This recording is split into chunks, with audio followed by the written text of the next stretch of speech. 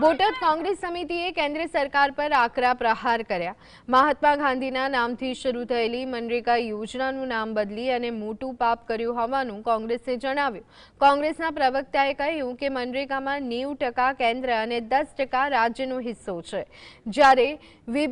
જ્યારે જી રામજી કાયદામાં 60% કેન્દ્ર અને 40% રાજ્યનો ફાળો છે। દેવામાં ડૂબેલા રાજ્ય નાણાં ન આપી શકે તો રોજગારી મુશ્કેલ બનશે। યોજનામાં ફેરફારથી ગરીબો, શોષિતો અને વંચિત વર્ગના રોજગારીના હક છીનવાઈ શકે છે। અગાઉ વ્યક્તિ અરજી કરી અને રોજગારી માંગી શકતી હતી, પરંતુ તે નિયમ રદ કરી મજૂરોની ગેરંટીને ખતરામાં મૂકી। ભાજપની સરકાર યોજનામાંથી ગાંધીજીનું નામ હટાવી તેમનું અપમાન કરી રહી હોવાનો આરોપ લગાવ્યો। मनरेगा जो योजना थी एम 90-10 नो रेशियो હતો।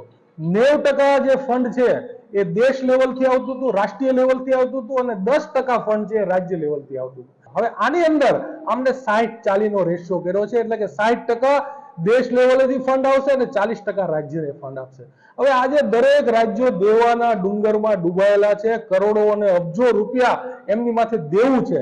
જે ખેડૂતોને, નાના મજૂરોને, શોષિત વર્ગોને મજૂરી આપવાનું કામ હતું એ ખતમ કરવાનું એક કાવતરું ભારતીય જનતા પાર્ટી દ્વારા કરવામાં આવ્યું।